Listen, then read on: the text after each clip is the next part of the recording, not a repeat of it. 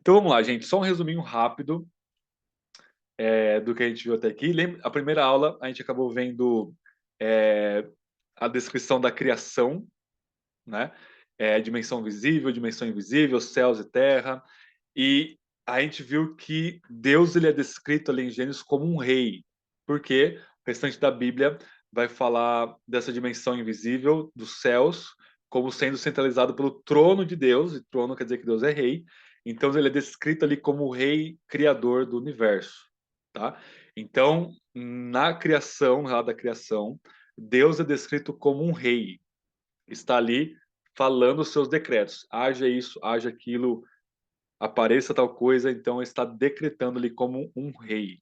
A gente pegou essa perspectiva mais da teologia bíblica, tá? Então, o primeiro ponto, Deus é descrito no relato da criação como um rei. Como todos os atributos de Deus estão ali, tudo que Deus está ali, mas especialmente como um rei ali, governando e ordenando a criação. Tá?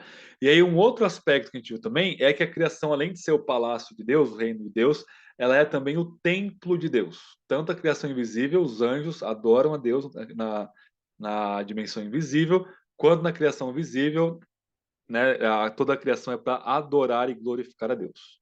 Tá? Então, se a criação é o templo, isso quer dizer que Deus deve ser adorado. Quer dizer que tudo foi criado para a glória dele. Ok? Então, uma possível primeira pergunta, Deus é descrito como rei no relato da criação.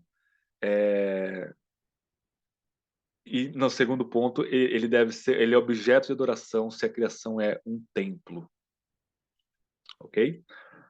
O terceiro ponto, a gente teve uma terceira aula sobre o êxodo e o nome de Deus, Yahvé, tá? E o nome Yahvé está ligado à soberania de Deus,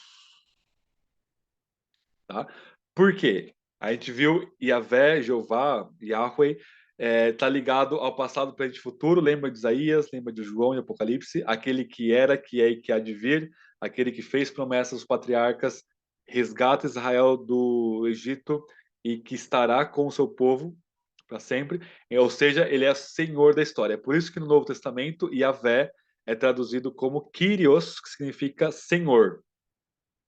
Tá? Então, o Senhor está ligado à soberania dele. Então, o nome Yahvé, que é YHWH, é o quatro letrinhas do hebraico ali, que é chamado de tetagrama, né? As quatro letras sagradas ali, está ligado à soberania de Deus. Ok? Uma doutrina muito importante é a doutrina da simplicidade de Deus, que a gente viu, a unidade de simplicidade de Deus. Deus é simples, tá? E isso significa o quê? Significa que Deus não tem partes. Ele não é composto, tá? Então, se eu perguntar assim, a simplicidade de Deus significa que isso, aquilo. Não, que significa que Deus não tem partes. Ele é os seus atributos. Não é como se ele tivesse amor, tivesse um pouco de santidade, um pouco de justiça, juntasse tudo e se forma Deus. Não. Ele é uma simplicidade que, quando ele se revela, ele acaba se revelando nesses vários atributos, né? Mas em sua essência ele é um ser simples, não composto. E por último, uma quinta pergunta, para Catherine Sonderegger, a onipotência de Deus é a perfeição da humildade de Deus. Lembrem, 2 aulas atrás, a onipotência é a perfeição da humildade, segundo a teóloga Catherine Sonderegger. Catherine Sonderegger. Então são 5 perguntinhas aí, só tirar 10 depois, ok?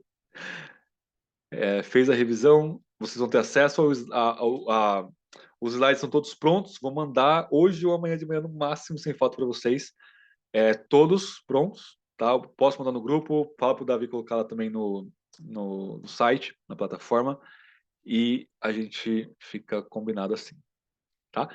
Nessa última aula nós vamos ver o terceiro atributo de Deus, que é a onisciência de Deus. Deixa eu só compartilhar aqui a tela com vocês. Então, eu coloquei 3 partes, eu coloquei um pouquinho da Sonderegger para nós vermos o que ela fala sobre isso. Deixa eu minimizar aqui. Estão conseguindo ver aí? A tela compartilhada? Ok. E depois nós vamos ver alguns textos bíblicos importantes e depois alguns teólogos como que eles resumem a onisciência de Deus. É um tema importante aí. Tá, ainda estou na onipotência. Aula 9. Ok. Então vamos lá, deixa eu só diminuir um pouco para mim aqui.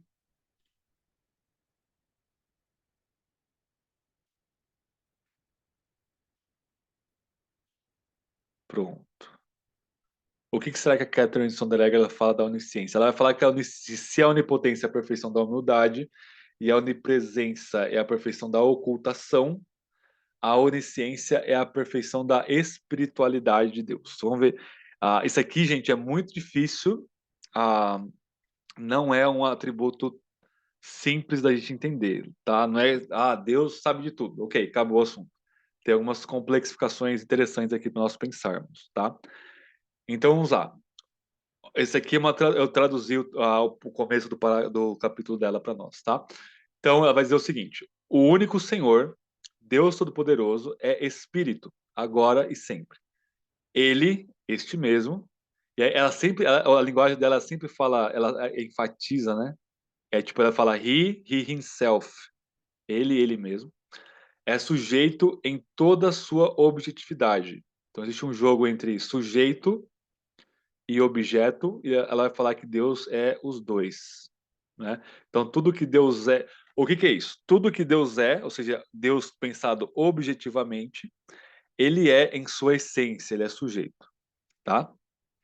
Nele há luz, isso aqui eu vou explicar depois. Nele há luz e não há escuridão alguma. Esta luz que percorre espaços infinitos é viva e pessoal. Exatamente esse fogo vivo é autopresença. É eternamente autopossuído e luminoso. Esta radiância pessoal é o conhecimento do próprio Deus, sua vida perfeita, benevolente e subjetiva. É sabedoria, sabedoria sagrada. O poder dinâmico de Deus não é diferente de sua sabedoria. Antes, falar corretamente da onipotência é encontrar e pensar na luz da sabedoria, pensar em Deus. A sabedoria de Deus não é outra coisa senão a sua eternidade. Antes, falar corretamente da sabedoria é encontrar e pensar na perfeição, pensar no bem perfeito. Vamos lá. O que ela está falando aqui, né? Ela está vinculando a onisciência com a onipresença. Deus, por ser infinito, ele tem um conhecimento perfeito, basicamente, tá? Ele vai dizer que Deus é um ser pessoal, óbvio, isso aqui, tá? Vai vincular com a vida perfeita e benevolente dele. E aí ela vai vincular especialmente o atributo de sabedoria, porque se ele conhece tudo, ele conhece... isso está ligado à sabedoria dele. Então, quando a Bíblia fala de sabedoria e quando a Bíblia fala do conhecimento de Deus, seria mais ou menos sinônimo, tá? Então, quando Paulo fala assim, ó, profundidade da sabedoria e do conhecimento de Deus, é como se fosse um hebraísmo para fazer um paralelo. Esse conhecimento e sabedoria é a mesma coisa. Então, dizer onisciência seria a mesma coisa que dizer onissapiência. Ele é sapientíssimo em todas as coisas, tá? E aí, gente, como ela crê, como nós, na doutrina da simplicidade de Deus, Deus não é composto por onisciência, por onipresença, por onipotência, mas ele é uma coisa só, não tem como pensar um atributo sem pensar os outros. Então, a onisciência é onipotência e vice-versa no ser de Deus. Porque Deus é uma substância simples, tá? Que no final é uma coisa só, tá? E aí quando ele se revela, essa revelação infinita, ela se dá nesses termos: onisciência, onipresença, onipotência. Mas no ser de Deus, em si, é uma coisa só, tá? Então, o poder dinâmico de Deus não é diferente de sua sabedoria. Antes, falar corretamente da onipotência é encontrar e pensar na luz da sabedoria o próprio Deus. Tá? Então, a sabedoria de Deus não é outra senão a sua eternidade. Aí ela vai vincular um outro tributo. Ela vai vincular a onisciência com a sabedoria e com a eternidade de Deus. Porque Deus ele conhece tudo como ele conhece, porque ele é eterno, ou seja, ele está acima do tempo. E isso tem implicações para o tipo de conhecimento que ele tem, ou que ele é.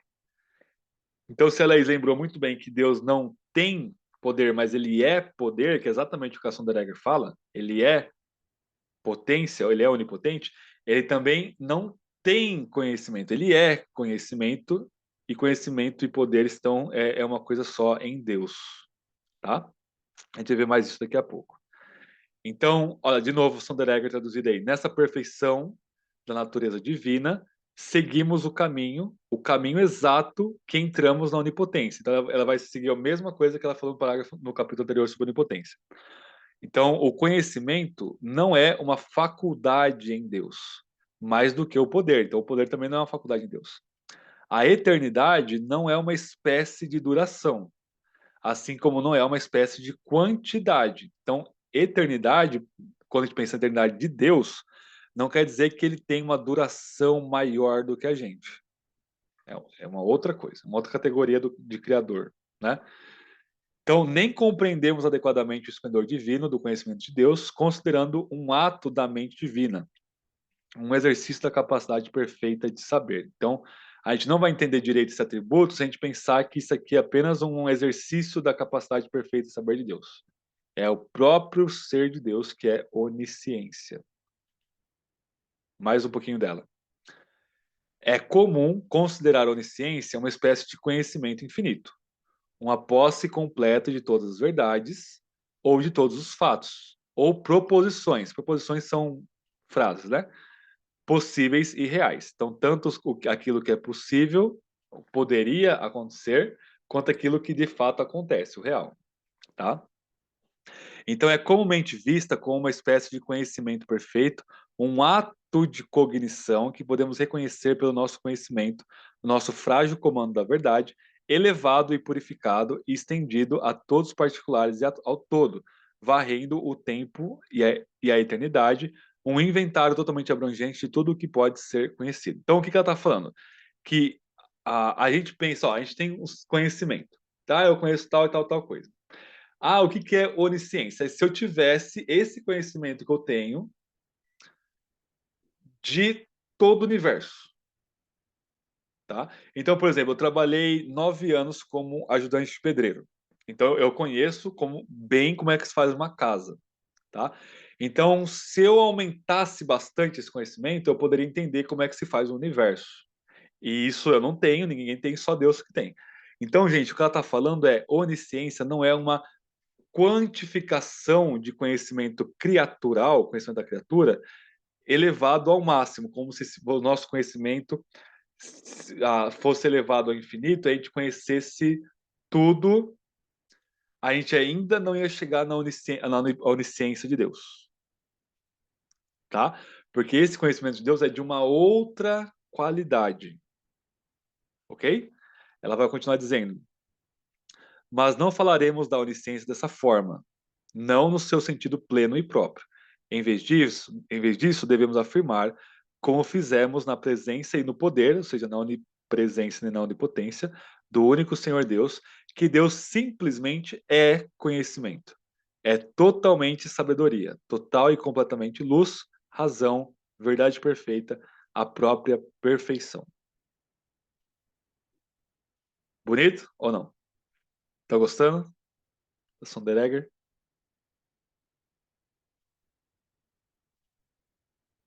Mais um pouquinho dela. Olha só, gente, o que isso significa? Deus não traz à mente coisas, eventos e possibilidades. Igual a gente. Se eu quiser lembrar de uma coisa, eu preciso trazer à mente, exercitar minha faculdade da memória. Então, nós temos uma faculdade do conhecimento, da cognição, da memória, da inteligência, que nós temos que acionar e lembrar e trazer essas coisas à tona na nossa mente, tá? Ou pensar em possibilidades futuras, né? Então amanhã eu vou fazer isso, eu vou fazer aquilo, tá? Deus não faz isso, tá? Ele é antes esse conhecimento, o esplendor do seu próprio ser. Ela vai dizer, a tradição escolástica embora tenha preservado a linguagem das faculdades e dos poderes, né, o intelecto e a vontade, ainda reconhece a aceidade radical de todas as capacidades divinas. Vocês sabem o que significa a palavra aceidade? É um termo técnico da teologia escolástica e é muito importante para a doutrina dos atributos de Deus. Não? Aceidade, gente, significa no latim, tá? Isso aqui é uma forma latinizada de uma palavra. Que ser, no latim, significa de si mesmo. Deixa eu só sublinhar aqui. Então, a aceidade significa que Deus ele é de si mesmo.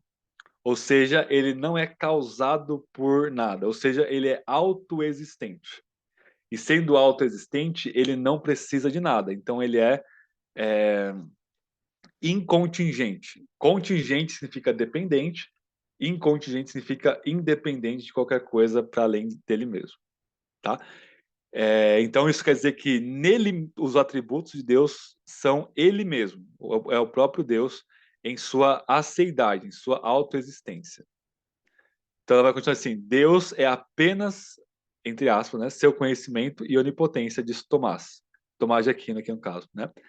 E mais, seu conhecimento não pode ser nem discursivo, nem sucessivo, mas sim simples, perfeito, completo. O nome escolástico para esse conhecimento radicalmente único é intelecção, a posse direta da verdade. Então, os escolásticos chamam o tipo de conhecimento de intelecção, é um termo técnico deles, tá? Então, olha só, gente, o conhecimento de Deus em si mesmo, na sua aceidade, não pode ser discursivo. Ou seja, não tem um idioma que Deus sabe que vai informá-lo das coisas que ele vai acionar para falar uma frase, por exemplo. Tá? No sentido dele depender dessa sucessão discursiva gramatical de alguma linguagem para ele conseguir entender e se comunicar. E também não é sucessivo, no sentido dele, ok, imagine a realidade, Deus fala assim, vou criar a primeira luz, depois eu vou separar a luz das trevas, depois eu vou criar isso, depois eu vou criar Adão e Eva, depois eu vou fazer isso, depois eu vou fazer aquilo. Não, o conhecimento de Deus nunca pode ser sucessivo, porque senão ele estaria aprendendo. Ele conhece tudo num só e único ato de conhecer. Simples e perfeito. É isso que ela está falando aqui. Que é exato. Ela não está falando nada de novo, tá? Ela está retomando a tradição escolástica aqui. Perguntas, comentários? Vamos lá. Tá dando para entender? Eu estava pensando aqui que, como quanto mais a gente estuda sobre a questão do conhecimento, eu sou pedagoga, né? Então, eu estudei muito sobre a questão do construtivismo, por exemplo, a forma Aham. como você constrói o conhecimento, como você. Então, isso fica tão enfranhado na gente que a gente vai pensar sobre o conhecimento de Deus da mesma forma, pensando nesse Deus. E eu acho que é por isso que fica tão difícil, por exemplo, você entender a soberania e a responsabilidade humana, porque você pensa, Uhum. se Deus já conhece tudo, sabe tudo, então eu não defino nada, então eu também não tenho responsabilidade. Então, assim, o que eu vejo aí é que a nossa mente aqui nunca vai conseguir entender a dimensão desse conhecimento de Deus, né? Uhum. Uhum. Você não vai ter a compreensão de como é que ele. Porque se ele é o próprio conhecimento, então o que eu vejo do que ela fala aí é que ele não pensa como a gente. Então, não é que ele sabe tudo que já vai acontecer. Ele já sabe Uhum. no sentido de cumulativo, né?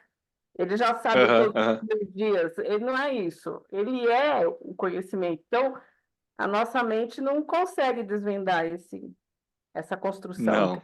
Não tem como. Deve ter lido bastante Piaget e Vygotsky, Laís. Tem muito. Misericórdia. Mas é por isso que na tradição cristã a gente fala que nosso conhecimento de Deus ele é analógico. Nós fazemos analogias para conhecermos Deus porque ele se revela dessa forma. Nunca é unívoco, no sentido de que a gente fala é exatamente como Deus é. Por exemplo, Deus não tem braço, Deus não tem nariz, Deus não tem olho, né? Mas são formas da gente entender a nível da criatura algo sobre esse Deus, esse Criador infinito que é o nosso Deus, né? Então, boa noite, pessoal que entrou aí. Acabei não falando com vocês, né? O William e o Jean aí. Estamos vendo a onisciência de Deus. Ok? Então, por que ela vincula com a espiritualidade? Porque o fato de Deus ser um espírito infinito e eterno, ele é conhecimento em si mesmo, tá? Diferente de nós que temos um conhecimento limitado das coisas. Então, por exemplo, eu vou deixar esse debate para daqui a pouco. Vamos continuar um pouquinho aqui. Ainda continuando o texto da Sonderegger, tá? Essa aqui é a tradução direta dela. Vai dizer assim: ver-nos-emos inundados por essas distinções sofisticadas, mas sempre com alguma reserva das distinções dos escolásticos, tá? Pois a relação analógica na qual os escolásticos confiaram e refinaram em sua predicação de conhecimento de Deus, do Deus Todo-Poderoso, parece neste momento dizer demais, assim como aconteceu na doutrina da onipotência e da onipresença. Não é assim que desejamos aplicar as distinções e enigmas do conhecimento da criatura ao ser divino, por mais refinado, elevado e purificado que seja. Em vez disso, então vai estar discordando um pouquinho aqui dos escolásticos, tá? Em vez disso, trazemos para suportar uma doutrina da vida espiritual de Deus, o manejo rude e pronto de uma certa semelhança, sustentada pela confiança no compatibilismo, na ser compatível, tá? Da própria proximidade graciosa de Deus. Então, existe uma compatibilidade entre essa vida espiritual infinita e essa aproximação de Deus em revelação graciosa a nós, tá? Embora essa proximidade possa ser aniquiladora, nós, criaturas somos preservados, porque ela é uma aproximação graciosa, tá? Estamos protegidos do fogo abrasador, da própria realidade de Deus, pelo nosso conhecimento à distância, e ainda mais pelo autovelamento do próprio Deus como o oculto. Conhecemos a Deus como ele é, por ele se aproximar de nós como o Senhor oculto e humilde. Isso aqui, gente, isso aqui é uma paranauê belíssimo que ela faz aqui, porque ela está jogando com os termos, para a gente tentar refinar os termos da teologia. Então, se ela fala que a onipresença é a perfeição da ocultação e a onipotência é a perfeição da humildade, aqui a onisciência ela vai ser apreendida por nós a partir da ocultação humilde dos atributos anteriores de presença e potência, tá? Para nós conhecermos algo sobre Deus. Então, Deus ele se vela, ele se esconde, tá? E isso nos protege, ok? Essa é a noção de santidade de Deus na Bíblia. A santidade de Deus ela é algo tanto terrível quanto prazeroso. Por quê? Quanto mais perto a criatura está do Criador, mais ela precisa de santidade, senão mais terrível vai ficando e mais ela vai ser destruída, tá? Então, por exemplo, Moisés, lá na sarça ardente, Deus fala Moisés, ele chama Moisés, ao mesmo tempo que ele fala, aqui é perigoso, tá? Aqui é perigoso porque tira a sandália dos seus pés, porque aqui a terra é santa, tá?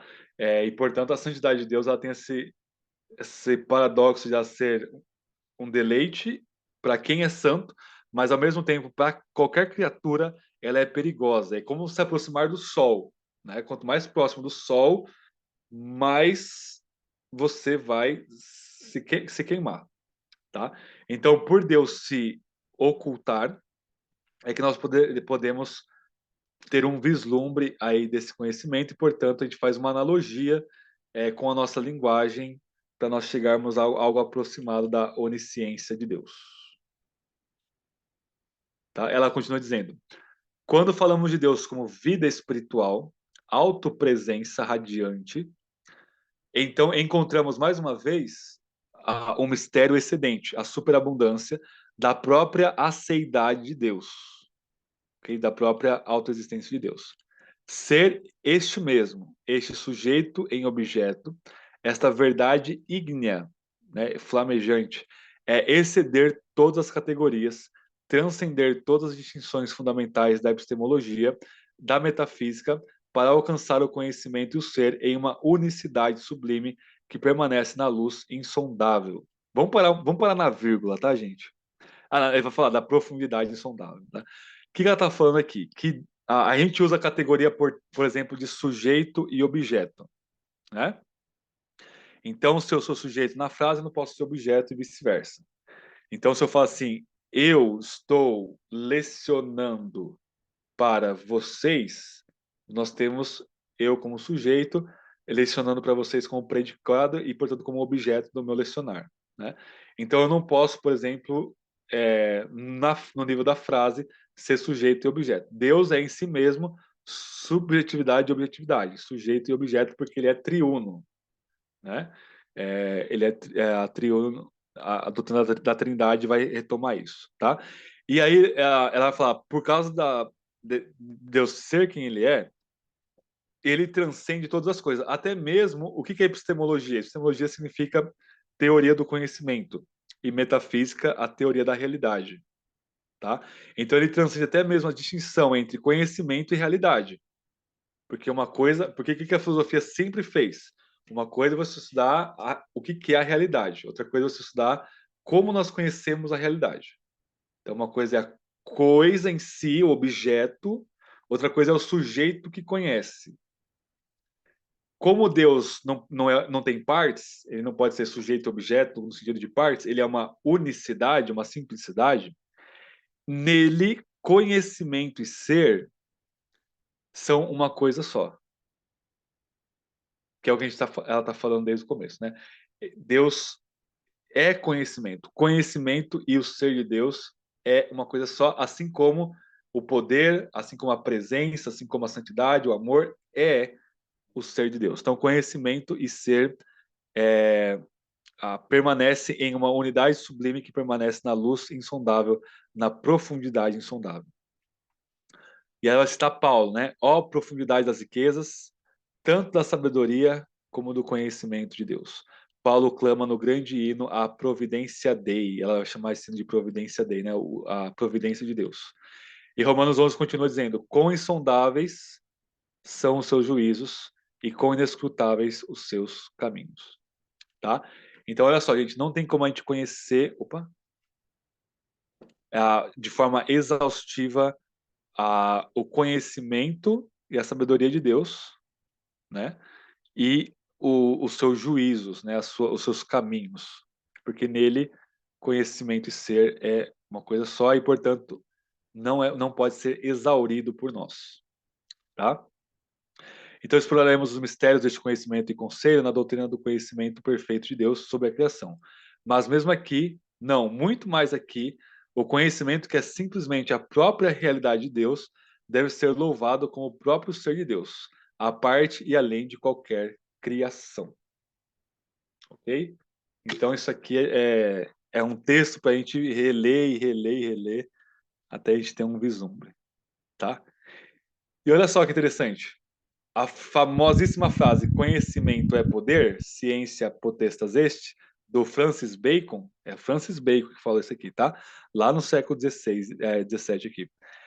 Expressando a verdade bíblica de que o conhecimento é um aspecto da capacidade soberana de Deus de agir com a operação do seu poder. Então, essa frase só é verdade absolutamente em Deus. Conhecimento é poder, poder é conhecimento, conhecimento é presença, poder e amor, então tá tudo unido na simplicidade de Deus, tá? Uma analogia, por exemplo, Provérbios 24:5. O sábio é mais poderoso que o forte, e o inteligente mais do que aquele que tem força. Então existe uma força inerente na sabedoria, tá? Portanto, isso aponta para a unicidade dos atributos de Deus nele mesmo. Tá? Então, deixa eu dar um exemplo para vocês. Isso aqui é bem complexo, tá? Esse meu copo, de novo copo, né? Ou coisa. Esse meu copo aqui, tá? Eu tenho um conhecimento sobre ele. tá? Vamos dizer que eu lembro de onde eu comprei ele, o que não é verdade, né? Mas eu sei quem fez ele, eu sei, eu tô vendo ele aqui, eu tô experimentando ele no meu tato, na minha visão, tô tomando água aqui, por exemplo, tá? Então eu tenho um conhecimento desse copo. Se eu falar assim, esse copo é de vidro, é uma verdade, né? Esse copo é de vidro. Agora, Deus, ele sabe que esse copo é de vidro? Obviamente, né? Pergunta besta. Mas existe esse ponto de contato, então, entre o meu conhecimento desse copo ser de vidro e o conhecimento de Deus desse copo ser de vidro? Existe um ponto de contato? Será que é a mesma coisa ou não?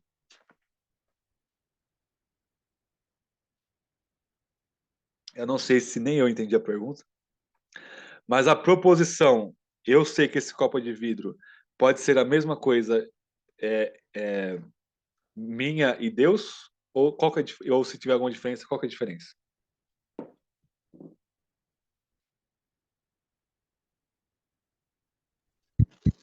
Agora pegou, hein, pastor?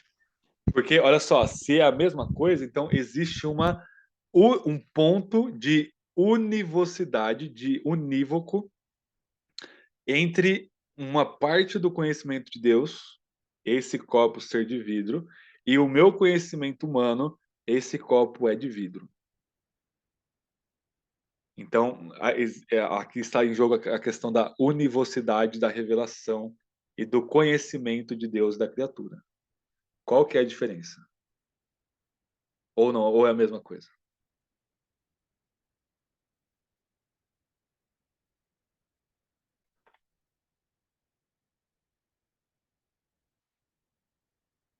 Eu olhando para esse copo, olhando com conhecimento, e Deus olhando para esse copo com conhecimento. Qual que é a diferença? Pastor, eu creio que não é a mesma coisa ele olhando e nós olhando, mas eu não sei explicar. Ok, perfeito. Então, eu concordo que não é a mesma coisa. Mesmo uma coisa, vamos pegar uma coisa mais simples, esse clips aqui. Não tem nada, né? É um pedaço de algum tipo. Eu já não sei que material que é esse aqui, né? Mas vamos dizer que é ferro, mas não é, né? Vamos dizer que é alumínio. É um alumínio fininho dobrado. O que Deus conhece a mais isso aqui que eu não conheço? Vamos dizer que eu sou um especialista, eu passei minha vida toda estudando esse clips aqui. Eu sei de onde que ele veio, para onde que ele vai, qual que é a composição química, eu sei quanto que ele custa em todos os lugares do mundo, eu sei como que ele é usado em todos os lugares da história do mundo. Eu sou um especialista em clips. Não tem nada no clips que eu não saiba como estudioso de clips. O que Deus sabe que eu não sei? Como que Deus olha para isso que eu não estou vendo ainda? Medidas? Vamos dizer que eu sei as medidas.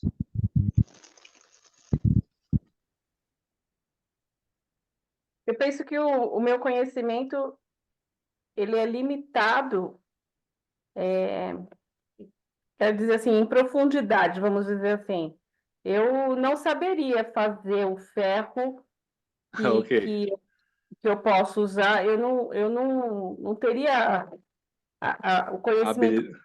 total e completo. Deus, como Criador, ele tem todo o conhecimento, porque a matéria-prima é dele, né? Então, essa dimensão de eternidade, do antes, o meu conhecimento é agora. Eu pego aqui e posso até dizer, o final da vida desse eclipse vai ser o Aham. lixo. Mas eu não tenho essa dimensão que Deus tem, né? Eu Perfeito, é penso, esse o caminho. Então, uma resposta mais simples é: Deus conhece esse clipes como criador, eu conheço como criatura. E aí você já tem uma distinção radical de dois conhecimentos absurdamente diferentes, que é exatamente o que a Laís conseguiu exemplificar muito melhor do que eu conseguiria. Então, deu para entender? Deus não tem mais conhecimento que a gente. O tipo de conhecimento que ele tem, que é o próprio ser dele, é de uma qualidade diferente, é um outro tipo de conhecimento, que a gente só tem um vislumbre por aproximação e analogia com o conhecimento humano, tá? Mas, como diz Paulo, a profundidade do conhecimento da sabedoria de Deus, ninguém pode escrutar aí, né? Como que é a linguagem de Paulo usa? Ninguém pode sondar o conhecimento de Deus. É inescrutável. Não pode ser pesquisado aí, né? Alguns textos bíblicos sobre onipresença. O caso da Agar é muito interessante, né?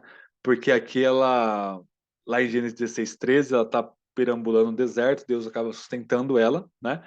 E ela fala, e o nome do Senhor que vem com ela falava, ela chamou de El Roi, pois disse, não vi eu neste lugar aquele que me vê. Então, Agar ela teve um vislumbre da onisciência de Deus, e ela vai usar a analogia da visão aqui, né? Porque ela fala: Eu vi aquele que me vê. Então, eu estou aqui no deserto, sozinha. A Abraão mandou embora, não tem ninguém, não tem nenhum olho sobre mim. Mas ela teve um vislumbre aí que Deus está olhando ela. Ela viu quem está olhando ela. Isso aqui é um indício da onipresença, tá? Aqui, gente, é só um parênteses que não tem nada a ver com a aula, mas ela, quando ela fala Elroy, né? Na Bíblia, quando você dá nome para alguma coisa, quer dizer que você é senhor daquela coisa, tá? Então, Deus deu nome para a criação, Adão deu nome para os animais, isso mostra um senhorio, tá? Quando ela nomeia Deus aqui, ela não está dando um nome, ela está chamando ele, clamando, tá? E fazendo, clamando um atributo da onisciência dele, a onisciência vinculada com provisão, tá? Então, é Elroy, Deus, vê, tá? Então, ela não está se assenhorando de Deus aí, muito pelo contrário, ela está reconhecendo um atributo de Deus na vida dela de forma muito prática. Deus sustentou ela aqui nessa expulsão, nesse exílio dela aqui. Ok? Isso tem algumas implicações para outras áreas do conhecimento, por isso que eu fiz essa nota de rodapé aqui. Jó, capítulo 11, versos 7 a 12. O verso 12 é muito... me causa risos, tá? Para não falar outra coisa. Mas diz assim, poderás descobrir as profundezas de Deus? Né? Poderás descobrir a perfeição do Todo-Poderoso. Então aqui, perfeição é sinônimo das profundezas de Deus, do próprio ser de Deus, né? E aí ele vai vincular com a sabedoria de Deus, que é Zofar falando dos amigos de Jó, né? A sabedoria de Deus é tão alta quanto o céu. Que poderás fazer, né? Ela é mais profunda do que o Sheol, do que a sepultura. O que poderás saber? Ela é mais extensa do que a terra e mais larga que o mar. Se ele passar e prender alguém e levá-lo a julgamento, quem poderá impedir? Pois ele conhece os homens falsos. Assim, quando vê a maldade, não atentará para ela. Então, aqui a teologia está correta e só não está correta multiplicando para Jó, né? Então, ele está usando uma linguagem analógica, falar que a sabedoria, o conhecimento de Deus é maior do que a criação toda. E, portanto, ninguém pode escapar disso. Então, se Jó estivesse mentindo e estivesse falando falsidade, portanto, estava sofrendo por causa que pecou, ele não poderia escapar do conhecimento de Deus. Então, Zofar não conhecia o coração de Jó, mas então ele apelou para a onisciência de Deus. Deus sabe se está pecando ou não. E aí, acho que ele foi estressado com Jó, gente. Olha que esse versículo aqui que maravilhoso, tá? Isso aqui devia virar um meme. Diz assim: mas o homem falso alcançará entendimento só no dia em que a cria do jumento selvagem nascer homem. Ou seja, se você é falso, você é burro até a morte, né? Você não vai ter conhecimento nenhum, porque aqui está conectado a verdade com o conhecimento. Então, o homem que vive em falsidade não pode ter nenhum tipo de conhecimento real das coisas, tá? Então, se você estiver bravo com alguém, você cita Jó 11:12, né? Ó, seu falso, você só vai ter entendimento no dia que o jumento virar o homem. Muito bom isso aqui, gente. Eu até compartilhei no grupo dos pastores hoje aqui. Eles deram risada também. Jó, mais 2 versículos de Jó e um salmo. Jó 36:4 diz assim: Pois na verdade, as minhas palavras não serão falsas. Contigo está aquele que tem conhecimento perfeito. Olha a expressão bíblica. conhecimento perfeito, tá? Jó 37:16, compreendes o equilíbrio das nuvens e as maravilhas daquele que é perfeito no conhecimento, de novo, mesma expressão. Deus, ele sabe o equilíbrio das nuvens. Isso é um conhecimento exaustivo e perfeito da criação, né? E Salmo 157:4 fala que Deus enumera as estrelas, chamando todas pelo nome. Verso 5, grande é o nosso Senhor, forte em poder. Não há limite para o seu entendimento. Então aqui tem uma conexão do poder de Deus com o entendimento de Deus, que é o que exatamente a Catarina Sunderegger está tentando fazer. Conectar os atributos. Vocês percebem que no próprio texto bíblico está conectado, né? É a mesma frase aqui, tá? Um paralelismo aqui. Grande é o nosso Senhor, forte em poder. Isso significa que ele não tem limites para o seu entendimento. Isaías 40, verso 25, diz o santo, com que me comparareis? Com quem eu me assemelho? Então, de forma última e exaustiva, Deus é incomparável, né? Ele permite ser comparado para a gente possa conhecer alguma coisa dele. Levantai os olhos para o alto e vede. Quem criou essas coisas foi aquele que faz sair o exército delas segundo o seu número. Ele chama a todos pelo nome, por ele ser grande em força e forte em poder. Nenhuma delas faltará. Então, aqui de novo, conectado o conhecimento de Criador com a onipotência dele, né? Porque diz o Jacó e fala a Israel, o meu caminho está escondido do Senhor, e o meu direito passa despercebido do meu Deus? Não sabes, não ouvistes que o Eterno, olha só a conexão com a eternidade de Deus, que a Catarina fez, né? O Eterno Deus, o Senhor, o Criador dos confins da terra, não se cansa nem se fadiga, ou seja, ele é vida em si mesmo, tá? O seu entendimento é insondável, ok? É a linguagem bíblica do que a Sonderegger está falando em linguagem teológica de lá. Isaías 55:8, porque os meus pensamentos não são os vossos pensamentos, nem os vossos caminhos são os meus caminhos, diz o Senhor. Porque assim como o céu é mais alto que a terra, os meus caminhos são mais altos que os vossos caminhos, e os meus pensamentos são mais altos que os vossos pensamentos. Deus usa uma analogia. Então, gente, o meu conhecimento está aqui, ó, no outro nível do conhecimento de vocês. Não, o ponto é, não atribuam o tipo de pensamento de vocês ao meu pensamento.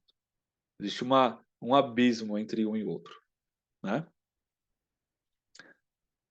Agora, só duas citações de dois teólogos, e a gente já conclui, tá?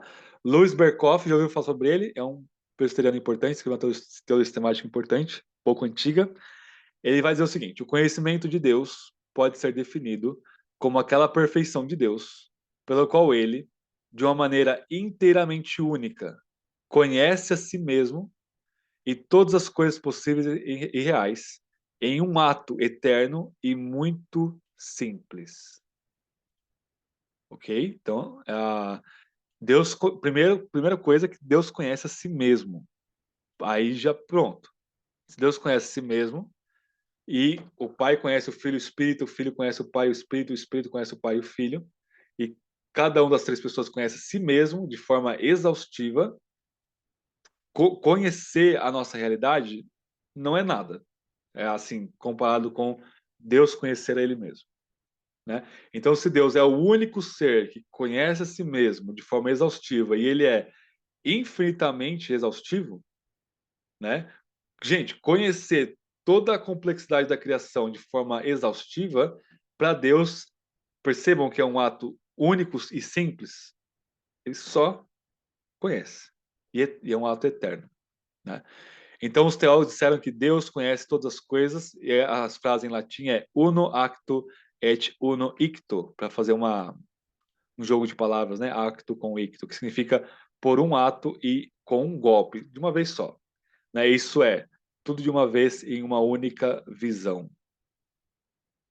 Ok? Gostaram do Berkhoff? Teólogo importante aí. Tá? Um último teólogo, gente, esse Antonius Tisius, ele é um teólogo reformador holandês, nasce em 1565, morre em 1640. Ele é um dos teólogos dos cânones de Dort, da onde a confissão de fé das igrejas reformadas vem, né? Todo mundo crê nos cânones de Dort, tá? Então, ele é um sujeito extremamente brilhante. Então, ele tem um livro sobre os atributos de Deus. Então, a gente está falando aqui século 17, tá? Ele vai dizer o seguinte: Deus exerce o conhecimento em um ato simples, único, imutável, olha só, imutável, infinito e eterno. Isto é, ele conhece todas as coisas, sempre, imediatamente, de uma só vez e necessariamente. Então, Deus não tem como Deus não conhecer. Ele conhece necessariamente, tá? E ele continuou dizendo: ele sabe tudo de tal maneira que não tem consciência. Não é como se Deus, eu tenho consciência disso, tá?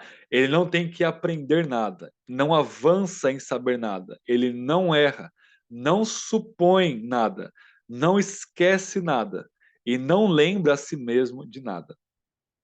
No sentido de, deixa eu lembrar aqui alguma coisa, tá? Então, essa é a forma escolástica protestante de falar da onisciência de Deus. Ok? Então, eu trouxe um teólogo mais moderno, um mais reformado, mais antigo, para vocês verem que eles estão falando a mesma coisa, tá? Com uma linguagem, às vezes, só um pouquinho diferente aí. Tudo bem? Então, a onisciência de Deus é muito mais complexa. Conseguiram perceber isso? Se vocês conseguirem perceber isso, a aula está. Eu sou satisfeito na aula aqui. Não é apenas dizer Deus sabe de tudo.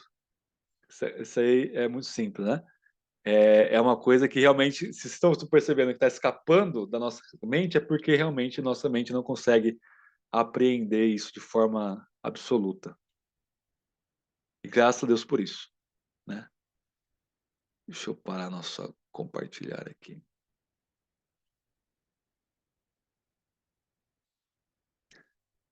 Perguntas, dúvidas, comentários? Quero ver vocês agora.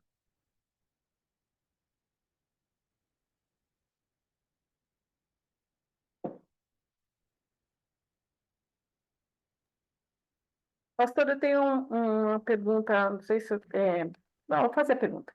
Ok. A minha questão é em relação a Adão e os atributos de Deus. Eu Uhum. entendo que Deus, quando criou Adão, não criou um outro Deus. Uhum. Então, ele era semelhante, mas ele não era igual a Deus, né? Sim, E ele não tinha todo o conhecimento, que sim, Deus, que é eterno, que tinha todo o conhecimento. Mas Deus conhecia todo o bem e todo o mal.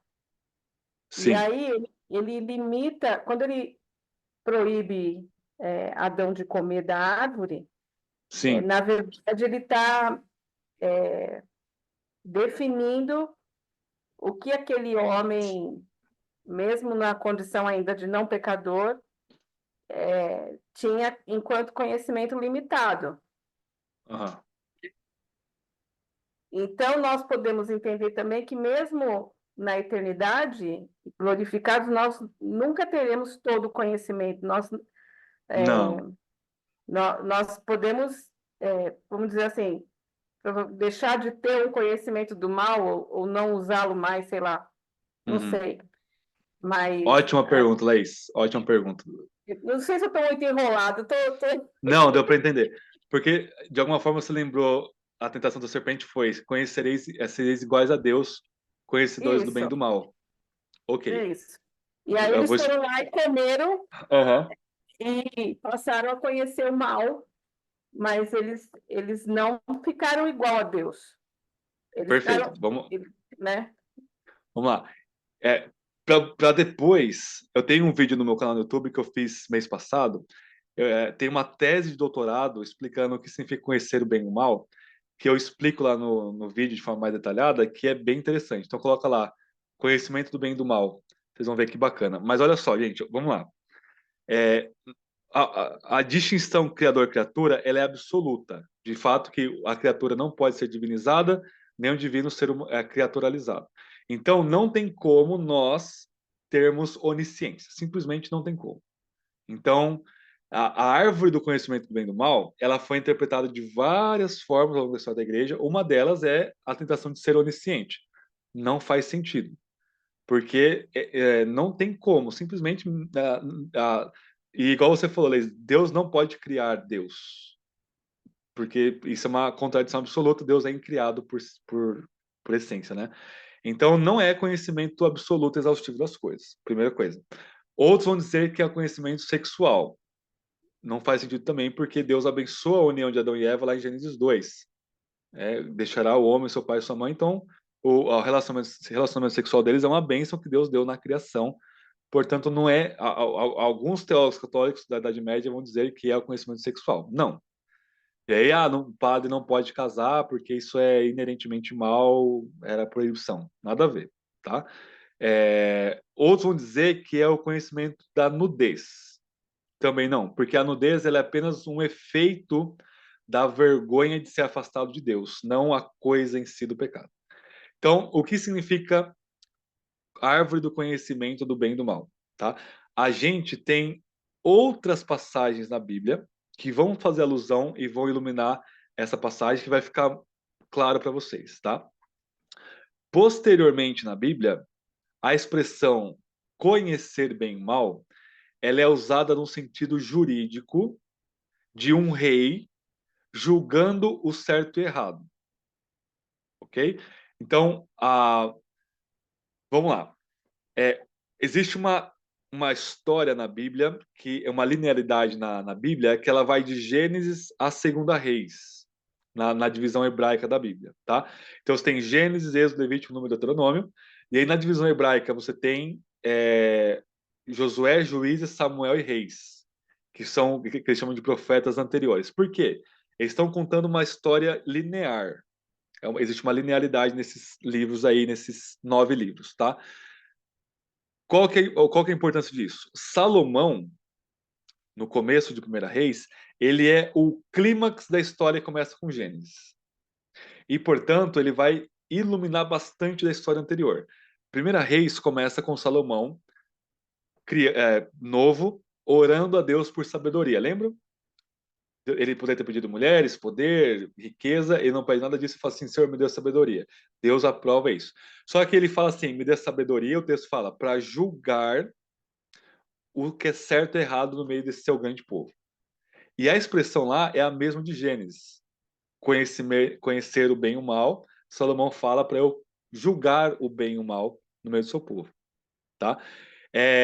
E mais, na Bíblia, o bem e o mal sempre, o julgar o bem e o mal sempre vai trazer as bênçãos para o bem e a punição para o mal. Ok? Então, o rei ou o juiz, no caso, juízes, por exemplo, o rei, ele está julgando o que é certo e o que é errado. Davi, tem uma passagem em Davi, 1 Samuel 17, alguma coisa assim, que uma serva de Davi fala, olha, Davi, você para mim é como um anjo do Senhor, para discernir o bem e o mal. É a mesma frase lá de Gênesis. Davi, ele julga o bem e o mal com base na palavra de Deus. Tá? Então, qual que é a tentação da serpente para Adão e Eva? É julgar, é um conhecimento jurídico, julgar o bem e o mal, com base neles mesmos ou com base na palavra de Deus. Não é um conhecimento cognitivo ou moral, porque, gente, eles sabiam que é certo e que é errado. Por quê? Deus falou, não façam isso.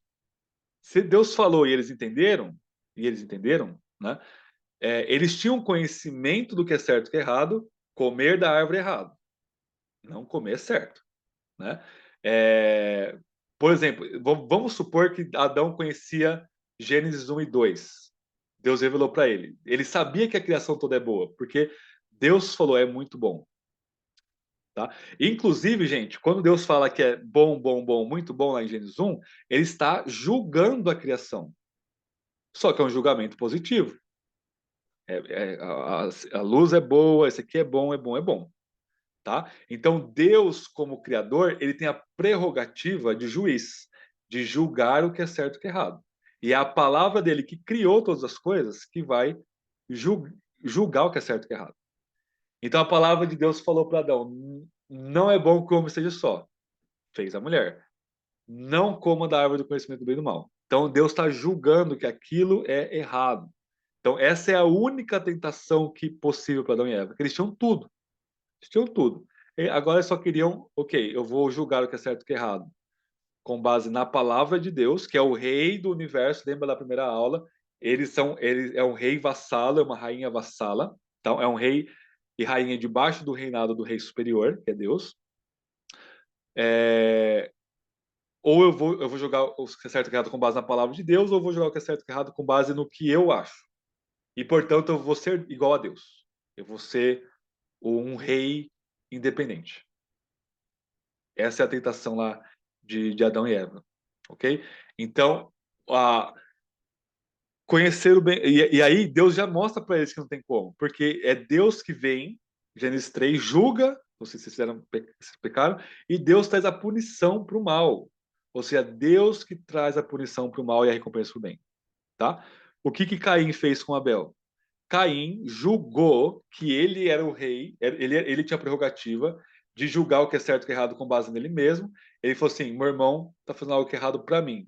Eu, portanto, posso trazer a sanção da punição contra o mal. Caim vai lá e mata Abel. É a mesma coisa, conhecimento jurídico do bem e do mal, com sanção, punições e galardões do bem e do mal. Tá? É muito interessante, gente, que só para nós fecharmos esse pensamento, Gênesis fecha com a história de José. Lembram? Os irmãos venderam ele e tal. E aí, lá no capítulo 50, último capítulo de Gênesis, verso 19 e 20, José fala assim: os irmãos dele estão falando assim, José vai nos matar. Por que José vai nos matar? Porque a gente vendeu ele. O José fala assim: não temam, porque eu não vou fazer nada contra vocês, porque eu não estou no lugar de Deus. Ok? Abram lá para a gente terminar com essa leitura. Ela faz um enquadramento perfeito aqui da narrativa que começa lá com a queda, né? José, portanto, está fazendo aquilo que Adão era para fazer e não fez, né? Gênesis 50, verso 19. Olha só. José lhes respondeu: não temais. Por acaso estou no lugar de Deus? Ou seja, eu vou trazer a punição que eu quero sobre vocês. Eu não estou no lugar de Deus para julgar o que é certo e o que é errado e trazer a punição para o mal, como vocês. Aí ele vai falar assim, verso 20. Certamente planejaste o mal contra mim. O mal, olha só, o mal, conhecimento do bem e do mal, tá? Porém, Deus transformou em bem. Então, bem e o mal estão sendo jogados, o jogo de palavras aqui, lá de Gênesis, tá? Para fazer o que se vê nesse dia, ou seja, conservar a vida de muita gente. Agora não tem mais. Sustentarei a vós e a vossos filhos. Assim ele os consolou, ele falou ao coração. Então José, ele julgou o que é certo e o que é errado com base em Deus. Se Deus transformou o mal em bem, José não vai trazer punição para os irmãos dele. Ok? Então, é um conhecimento jurídico de um rei. José está numa posição de realeza como o vice, né, regente debaixo de Faraó lá, né? Então, vinculando com a aula, Deus, por ser onisciente, perdão, ele tem o conhecimento de trazer a punição e as bênçãos sobre o bem e o mal. É por isso que ele é o juiz final, né? Ele é o juiz final por quê? Ele conhece todos os pensamentos, atos e palavras de todas as pessoas num ato simples. E, portanto, ele que é o juiz de toda a terra, como diria Abraão, né? Deu para entender, Laís? Dei uma viajada lá nos confins da terra e voltei. Não, deu para entender muito e é um fio da meada aí muito bacana para você Muito, entender até mesmo a questão do perdão, é. as outras questões ligadas à justiça, né? Levar Jesus, né? Nossa, o pecado e mesmo nós como cristãos, né? Quando Sim. a gente pega nas nossas mãos o direito de julgar as coisas, é bem interessante Eu isso. acho que eu não vi isso em nenhum livro, nem até o doutorado que eu li, mas ali no Getsemane, por exemplo, a gente tem um clímax disso muito grande. Porque Jesus, como homem, ele diz: não seja feita a minha vontade, mas a sua. Ali ele está submetendo, como homem, a esse julgamento. E aí, qual que é o ponto? Ele, como único justo, vai ser punido como injusto no nosso lugar. E como que isso pode acontecer? Não, os nossos pecados vão ser colocados sobre ele. E Deus está julgando isso. Deus vai julgar Jesus, puni-lo, e Deus vai abençoar-nos porque a punição nossa caiu sobre ele. E essa justificação pela fé, né? Doutrina da justificação pela fé. Então, a gente vê tudo isso de forma clara, mas em Cristo Jesus. Ok? Que, fechando assim, prepara o caminho para o segundo semestre, nossa matéria de Cristologia.